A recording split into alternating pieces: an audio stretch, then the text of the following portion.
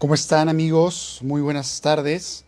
Vamos a empezar hoy día nuestra nueva jornada dedicada a hablar, reflexionar sobre Philly Rock, que es un escritor americano. Así que vamos a compartir esta transmisión para llegar a más público. Ustedes saben que soy Julio Barco y ya vengo dando diferentes seminarios hace más de medio año. Y todos, pues, amigos, ustedes saben que nacen con este afán que tengo por la literatura, que a veces es una ciencia extraña, de repente tampoco no es ciencia, pero es un quehacer de alguna forma avasallante, que tiene, pues, mucho tipo de conocedores y apasionados detrás. Así que hoy día vamos a conversar de Rock, que es un escritor que ustedes muy bien saben, pertenece a la segunda parte de la guardia que estamos trabajando sobre la literatura norteamericana. O sea, ya hicimos, hace unas semanas atrás, terminamos la sección de la vieja guardia de la literatura norteamericana. Y hablamos de muchos autores, como Herman Melville, como Emily Dickinson, como Mark Twain, ¿no? Como este autor William Faulkner. Y esta semana, la semana pasada, ya empezamos nuestra temporada de la Nueva Guardia. Y le puse este nombre de Nueva Guardia, para los que les parece curioso, preguntan por qué le puse este nombre. Le puse este nombre, amigos, porque de alguna forma la literatura norteamericana es muy amplia, ¿no? Si ustedes van a observarla, van a analizar que se trata, pues, de una literatura bastante compleja, vasta, que sin duda no se puede solamente estudiar de un solo ramalazo, sino que requiere, pues, hacerle una división, ¿no?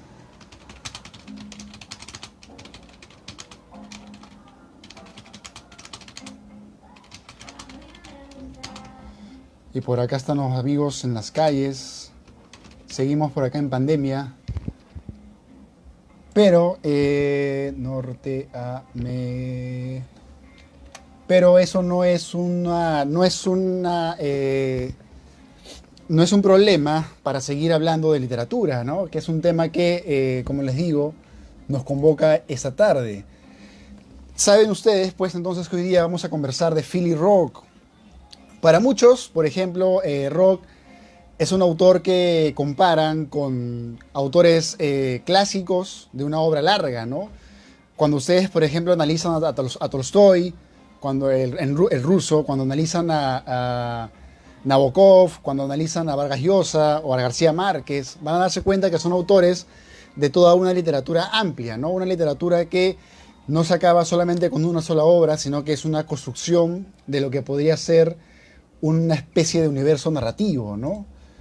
Justamente el propio Tolstoy tiene una obra que justo ahora que vamos a hablar de Rock, que quería mencionarla, ¿no? Porque justamente, así como Roth es un autor de muchas obras, es un autor también que sus temáticas giran en torno a diferentes ejes, pero particularmente a dos o a tres, que vendrían a ser la sexualidad, por una parte, por otra parte el país, que vendría a ser el sueño americano, porque Rock también es un escritor como prototípico, arquetípico del escritor americano, ¿no? Ustedes saben que dentro de la propia literatura norteamericana hay siempre esa lucha de llegar a ser la novela totalizante, quién escribe la novela clásica de la literatura norteamericana. Entonces Rock es uno de los que, junto con Saul Bellow, también de ascendencia judía, y otros autores más, van a de alguna forma darle una respuesta a esa vorágine que es la literatura norteamericana, ¿no?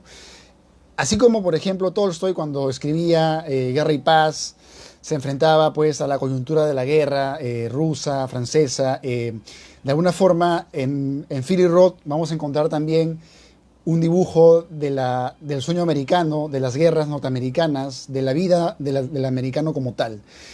Y bueno, para empezar entonces ese seminario, quería leerles justamente un poema de acá de un autor también que es muy bueno, que es un autor nicaragüense, que es Rubén Darío. Y ustedes se preguntarán qué en común, qué de común hay entre Rock y este poeta. Justamente como les contaba, Rock tiene una obra que se llama Elegía. Y Elegía es el primer libro que vamos a comentar. Y Elegía es justamente un libro que trata sobre el tema de la muerte, ¿no? El tema de la muerte que está muy presente en Elegía, ya que Elegía es de alguna forma el retrato de una persona que muere y toda su vivencia, todo su pasado y toda una reflexión sobre lo anodino que puede ser la existencia, sobre lo insignificante que puede ser la vida a veces, ¿no? Y este libro de Roth, que es Elegía, es muy parecido a un libro de Tolstoy que se llama La muerte de Iván Ilich, ¿no? Si ustedes leyeron esa novela corta o cuento largo de Tolstoy, van a darse cuenta de que es algo muy parecido a Elegía. O sea, donde vamos a encontrar un personaje que se enfrenta de manera existencial a la incógnita de la muerte, ¿no? Que es una incógnita que justamente para estas épocas que estamos viviendo y en general para cualquier época es un tema inherente a la propia literatura o a la propia vida, ¿no? Es un tema crucial. Entonces voy a leerles el poema Nocturno que escribió Rubén Darío en el libro Cantos de Vida y Esperanza, que es uno de sus mejores libros, junto a Azul, junto al Cantor Errante, ¿no? Y ustedes se preguntarán por qué les deseo leer Nocturno. Pues porque Nocturno es uno de esos poemas emblemáticos que nos hablan sobre la muerte y lo que hay detrás, o la duda que hay frente a esa incógnita. Y el poema dice lo siguiente: Nocturno, quiero expresar mi angustia en versos que abolida dirán mi juventud de rosas y de ensueños, y la desfloración amarga de mi vida por un vasto dolor y cuidados pequeños, y el viaje de un vago oriente por entrevistos barcos, y el grano de oraciones que floreció en blasfemia, y los azoramientos del cisne entre los charcos, y el falso azul nocturno de inquerida bohemia. Lejano clavicordio que en silencio y olvido no diste nunca al sueño la sublime sonata, huérfano esquife, árbol insigne, oscuro nido que suavizó la noche de dulzura de plata. Esperanza olorosa a hierbas frescas, trino del ruiseñor primaveral y matinal, azucena tronchada por un fatal destino, rebusca de la dicha, persecución del mal. El ánfora funesta del divino veneno que ha de hacer por la vida la tortura interior, la conciencia espantable de nuestro humano cieno y el horror de sentirse pasajero, el horror de ir a tientas en intermitentes espantos hacia lo inevitable, desconocido, y la pesadilla brutal de este dormir de llantos, de la cual no hay más que ella que nos despertará. Y bien, les repito esos últimos versos para que puedan paladearlos mejor. Y dice: el ánfora funesta del divino veneno que ha de hacer por la vida la tortura interior, la conciencia espantable de nuestro humano cieno, pantano, la conciencia espantable del humano cieno, es decir, la conciencia funesta de la muerte, ¿no? Y el horror de sentirse pasajero, el horror de ir a tientas, en intermitentes espantos, hacia lo inevitable, desconocido, y la pesadilla brutal de este dormir de llantos, de la cual no hay más que ella que nos despertará. Esa angustia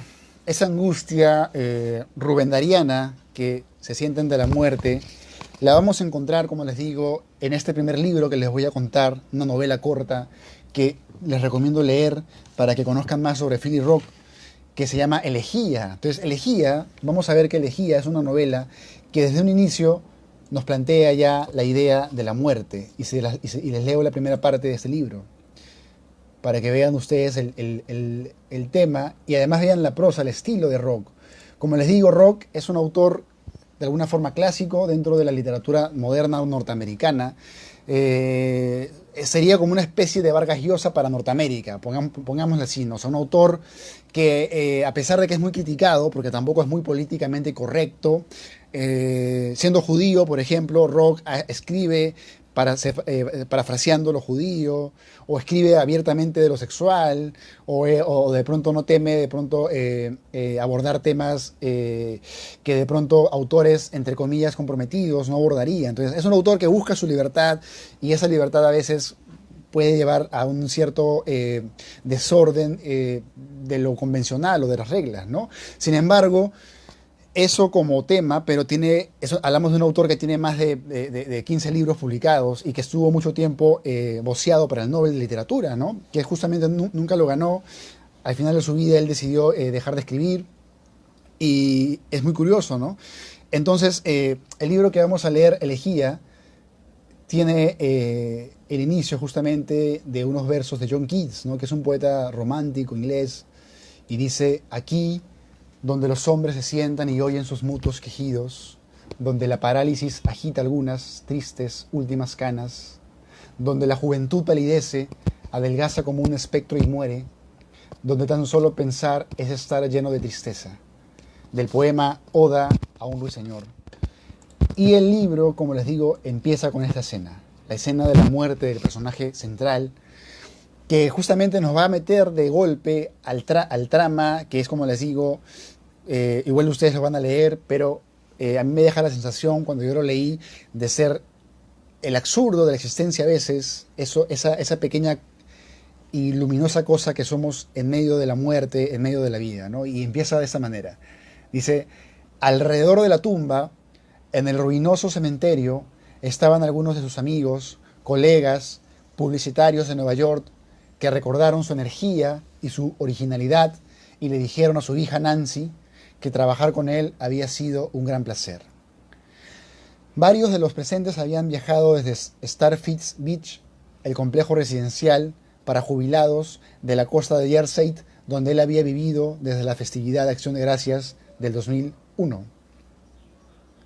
Eran los ancianos a los que recientemente había dado clases de pintura, y estaban sus dos hijos, Randy y Lonnie, hombres de mediana edad, nacidos de su turbulento primer matrimonio, que, muy apegados a su madre, poco sabían de él que fuese digno de elogio y mucho de espantoso, y que habían acudido tan solo por el sentido del deber. Su hermano mayor, Howie, y su cuñada habían viajado en avión desde California la noche anterior, y también estaba presente una de sus 3 ex esposas, la del medio, la madre de Nancy, Phoebe, una mujer alta, muy delgada y canosa, cuyo brazo derecho le pendía flácido al costado. Cuando Nancy le preguntó si quería decir algo, Phoebe sacudió tímidamente la cabeza, pero de todos modos habló en voz queda, con cierta dificultad. Cuesta tanto de creer, sigo pensando en él nadando en la bahía, eso es todo. Sigo viéndolo cruzando a nado la bahía.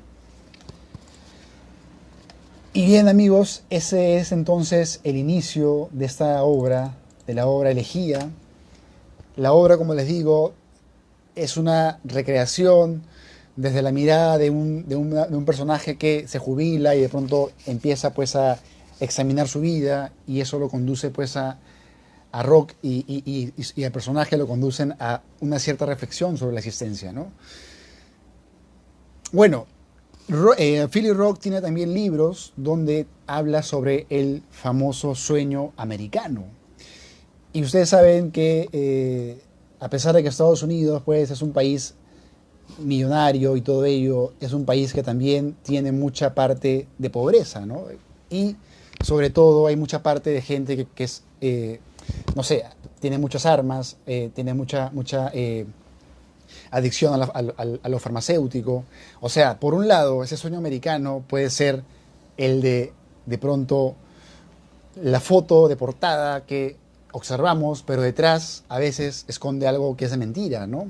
Y que es un sueño como de cartón. Y justamente La novela que vamos a leer ahora se llama Pastoral Americana y pertenece a una trilogía de Rock, ¿no? Y esa novela Pastoral Americana, sin mentirles, es una obra muy buena. Es una obra larga, es como una obra totalizante, donde vamos a ver pues la figura del sueño americano sintetizada en un deportista que de pronto se va a casar con una modelo.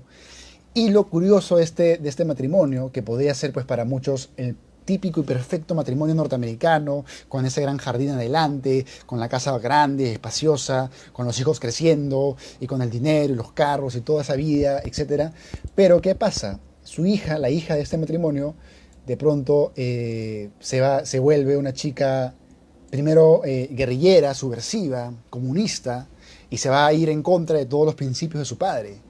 Y en la novela vamos a ser testigos de la evolución del personaje, de la hija, y del final y del declive de los padres, y de cómo los padres, al ver que su hija no es como ellos quieren que sea, van a sufrir, y esto va a generar todo un tipo de reflexión sobre Rock, ¿no? A mí me encantó este libro. Es un libro que, si pueden, consíganlo. De hecho, es un libro más largo y lo van a leer en mayor tiempo, pero vale mucho la pena, ya que te va a dibujar harto lo que es el universo personal de Rock. Es decir, un autor de una épica, por una parte, eh, como de novela clásica, que quiere pues abordar un tema y tratar de resolverlo en una novela total, ¿no? Y por otra parte también tiene una onda decimonónica, ¿no? Justo leyendo antes de esta charla, leía unos fragmentos de un libro llamado Lecturas de mí mismo, que es una especie de libro que recopila entrevistas, que recopila fragmentos de diálogos que tiene Roth con otros periodistas. Y ahí Roth decía que para él la literatura era un acto, primero que era un acto de disciplina, y era un acto difícil, ¿no? Que a él le costaba mucho escribir, le costaba mucho crear su narrativa. Y les cuento esto porque justamente esta obra, Pastoral Americana, es una obra muy densa, pero que si le dan su tiempo, estoy seguro que van a encontrarle bastante riqueza, ¿no? A nivel narrativo, a nivel de la construcción, a nivel de los personajes, a nivel del desarrollo, etc. A mí me encantó. Y les voy a leer algunas partes de ese libro. Claro, el personaje, el padre es el sueco, ¿no? Levoit es el sueco, el padre. Y pues, a ver, vamos a ver de repente por acá alguna escena importante. Pero en general la obra, por ejemplo, igual la estructura de esta obra está narrada desde un diálogo paralelo y que abre de pronto las escenas. Es un diálogo de amigos que se encuentran en una fiesta de promoción y de pronto cada quien se pone a pensar en la vida de los demás, ¿no? Y uno de ellos, el que narra la historia, se pone a pensar en la vida de su amigo, el sueco, y a partir de esto se genera todo el retrato, como les cuento, de la vida americana y de estos personajes, ¿no? A ver. Entonces es muy interesante cómo Rock toca temas, por una parte, que pueden ser como los que les contaba, la muerte, que es un tema ya más universal, y temas más propios de su país, ¿no? Que vendría a ser, por ejemplo, el tema de esta novela, ¿no? Que ya desde el inicio, por el título, nos dice Pastoral Americana, ¿no?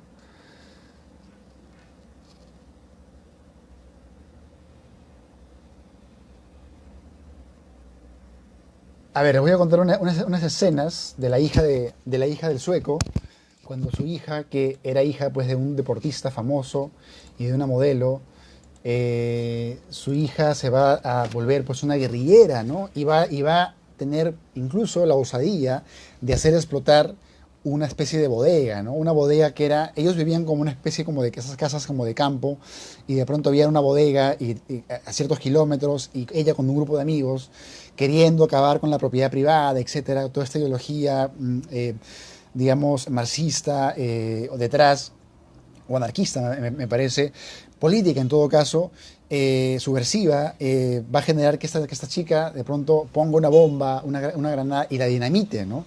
Y este acto va a generar que busquen culpables, y cuando están buscando culpables, la hija del personaje se va a fugar y de pronto va a desaparecer. y va a empezar a vivir de una manera muy diferente, ¿no? Mientras su padre tenía una gran casa, una gran mansión, su hija va a empezar a vivir, ¿no?, en los suburbios, en una parte más marginal, va a empezar a vivir en hoteles y empezar a cambiar todo su pensamiento espiritual. Entonces va a haber una metamorfosis de este personaje que va a ir evolucionando, ¿no? Y esta parte que les voy a leer justo trata sobre ello. Merry le contó a su padre que un día reparó en un joven vagabundo negro nuevo en el parque, quien lo observaba mientras ella enseñaba a los chicos. Supo de inmediato qué significaba aquello. Hasta entonces, 1000 veces había creído habérselas con el FBI y 1000 veces se había equivocado. En Oregon, Idaho, Kentucky, en Maryland, había creído que los agentes del FBI la vigilaban en las tiendas donde trabajaba. La observaban en los restaurantes baratos y las cafeterías donde fregaba platos.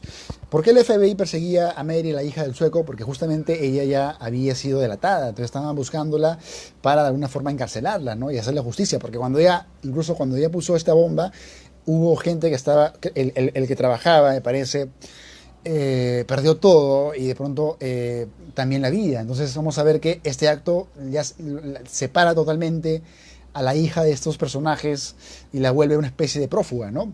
Y dice, en Oregon, en Idaho, en Kentucky, en Maryland, había creído que los agentes del FBI la vigilaban en las tiendas donde trabajaba, la observaban en los restaurantes baratos y las cafeterías donde fregaba platos. Miren, la hija de este americano fregaba platos, entonces como que toda esa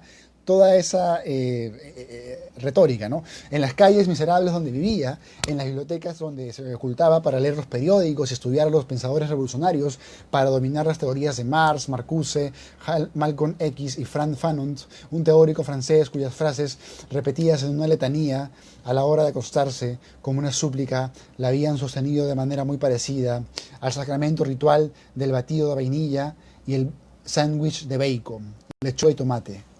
Hay que tener siempre presente que la mujer argelina aprende instintivamente tanto su papel como mujer sola en la calle, como su misión revolucionaria. La mujer argelina no es un agente secreto, sin aprendizaje, sin instrucciones. Esto que le estoy leyendo era lo que ella leía, que era un texto de Franz Fanon, ¿no?, que es un pensador que justamente habla sobre Argelia, ¿no? Y eso que les voy leyendo era lo que la hija de este personaje leía en su soledad, ¿no? Porque justamente está acá con cursiva, ¿no? No tiene la sensación de que está jugando un papel. No hay ningún personaje al que imitar, por el contrario, hay una dramatización intensa, una continuidad entre la mujer y la revolucionaria. La mujer argelina se eleva directamente al nivel de la tragedia. Y bueno, esta obra nos va a enfrentar pues a los diferentes...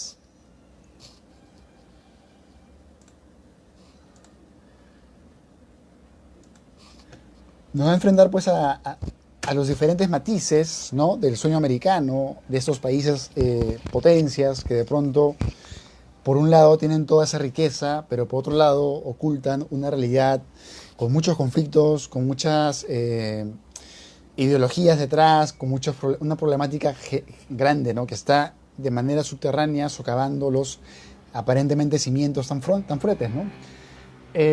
Bueno, lo siguiente que les voy a leer es, porque como les digo, y por acá estamos en verano, y como les digo, tratar de sintetizar a rock en 40 minutos es bastante herculeo.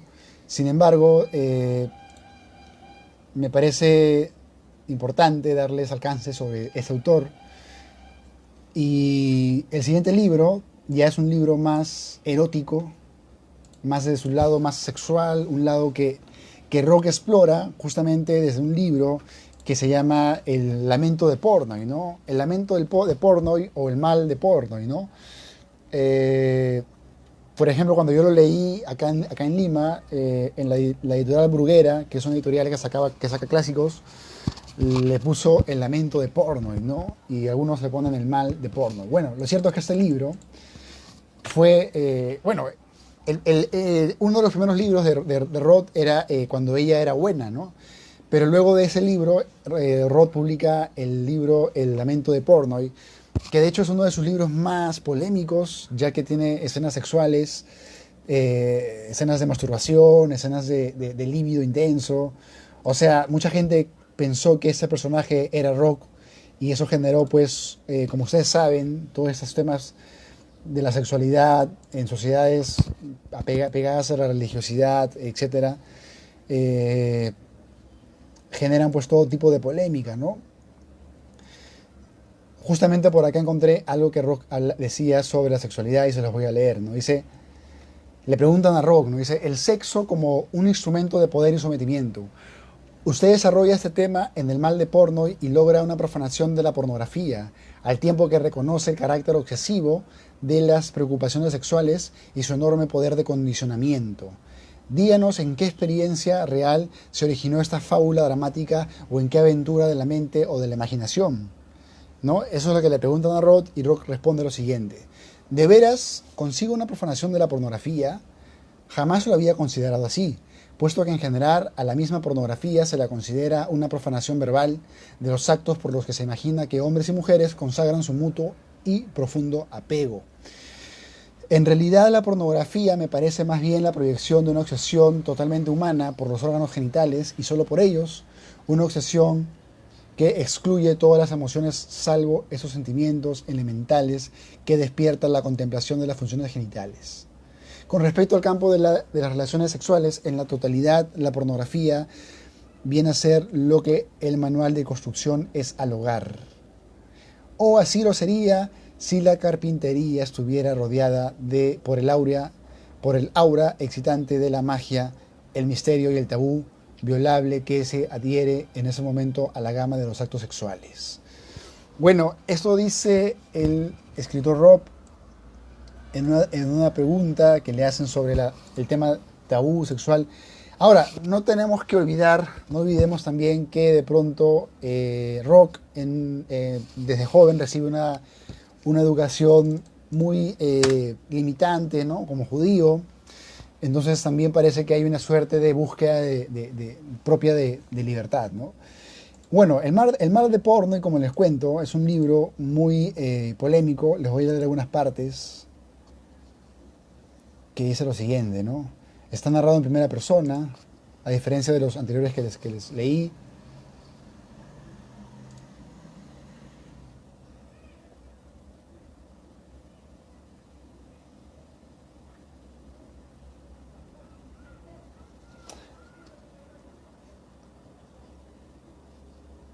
Y bueno, a ver, vamos a por acá a leer eso, ese.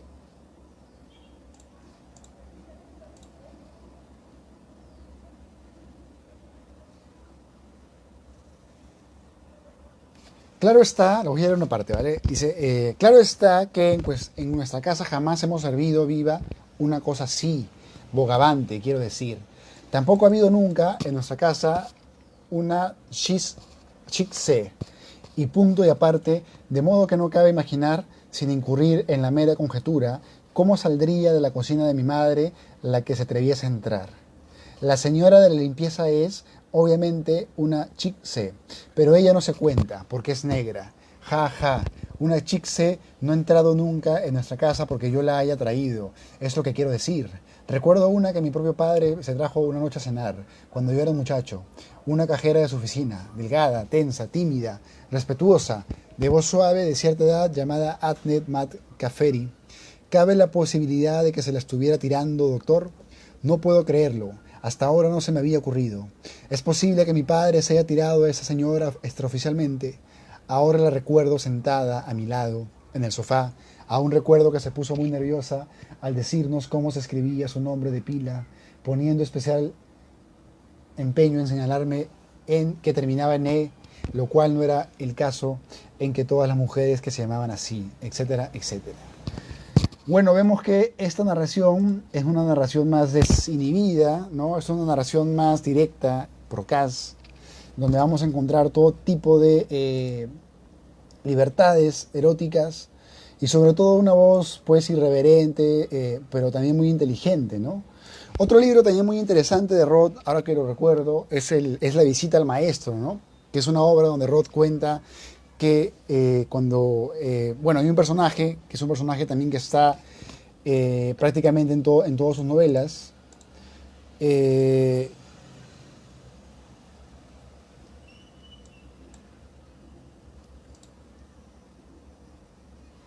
y vamos a ver entonces, pues, la novela que se llama La visita al maestro, Zuckerman, el personaje, pero la novela se llama La visita al maestro, también me parece interesante, porque ahí también en La visita al maestro, que es otra de sus novelas del 79, por ejemplo, vamos a ver una indagación ya más literaria que hace Rock con relación a la propia literatura, ¿no? Como oficio, como disciplina, y vamos a encontrar unos excelentes diálogos. Si a ustedes les interesa el tema sobre cómo ser escritor y todo ello, este libro es como una especie de libro de cabecera, ¿no?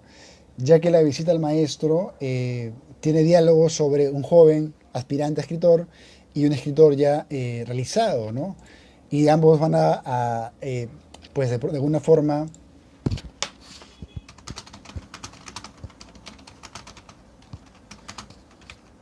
compartir diálogos, perspectivas y diferentes miradas sobre la literatura, ¿no?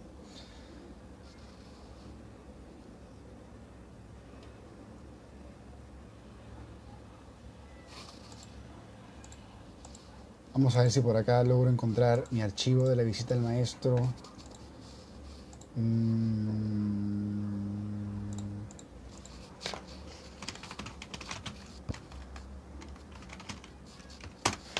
Además, ese libro, La visita al maestro, pues de alguna forma también le da a Rock una de sus grandes obsesiones, ¿no?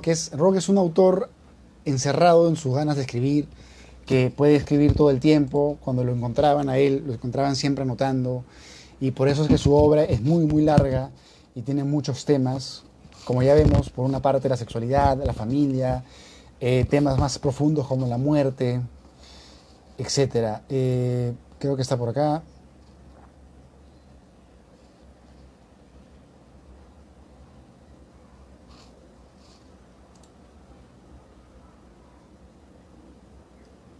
Bueno, les voy a leer en todo caso sobre su libro Lecturas de mí mismo y ya vamos terminando entonces esta charla. Y le preguntan sobre el libro El mal de Portnoy. Dicen, ¿querría decirnos algo sobre la génesis del mal de Portnoy? ¿Durante cuánto tiempo tuvo en mente la idea del libro? Y Rock responde, algunas de las ideas del libro las he tenido en mente desde que empecé a escribir. Me refiero en particular a ideas sobre el estilo en la narración. Por ejemplo, el libro avanza por medio de lo que, mientras escribía, empecé a considerar como bloques de conciencia. Pedazos de material de diversas formas y tamaños amontonados y que se mantienen unidos por asociación más que por cronología. Intenté vagamente algo parecido en Deudas y Dolores y desde entonces he querido abordar así una nueva narración o dividirla de ese modo. Luego está la cuestión del lenguaje y el tono. Desde el comienzo con Goodbye Columbus me ha atraído la prosa que tiene los giros, las vibraciones, las entonaciones, las cadencias, la espontaneidad y la soltura del lenguaje hablado, al mismo tiempo que está sólidamente anclado en la página, sujeto por medio de la ironía, la precisión y la ambigüedad propias de la retórica literaria más tradicional. Evidentemente no soy el único que quiere escribir así, ni se trata de una nueva aspiración en el mundo, sino que es la clase de idea literaria o del ideal que me propuse en este libro. Bueno, esto que les acabo de leer es lo último violable que se adhiere en ese momento a la gama de los escritor Rock en una pregunta que me propuso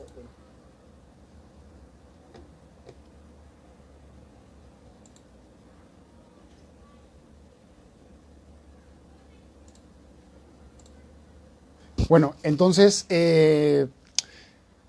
haciendo una conclusión, Rock es un escritor paradigmático, ya que representa mucho la idea del sueño americano, pero es un autor también crítico con su propia realidad y por otra parte crítico también con su religiosidad y también bastante irónico, autor de novelas muy largas como Pastoral Americana, que les conté, o narraciones más breves y concisas como Elegía. La siguiente semana vamos a seguir con estas transmisiones sobre literatura norteamericana y vamos a tratar el tema de David Foster Wallace. Y de acá a 2 semanas vamos a tener el tema de John Cheever, que es un eximio cuentista y también novelista, también tiene diarios. Y en fin, vamos a seguir entonces elucubrando y reflexionando sobre todo el tipo de literatura norteamericana de la nueva guardia. Los invito a seguir más de mis seminarios. Si es que les gustó esta transmisión, pueden seguir más de mis transmisiones buscando en YouTube. Ponen Julio Barco Seminarios y van a encontrar todo un conjunto de vídeos que he ido subiendo, que fui subiendo sobre temas que van de la poesía peruana a la poesía latinoamericana, a la novela, etc. Conmigo será entonces hasta una siguiente oportunidad. Nos vemos en la siguiente transmisión.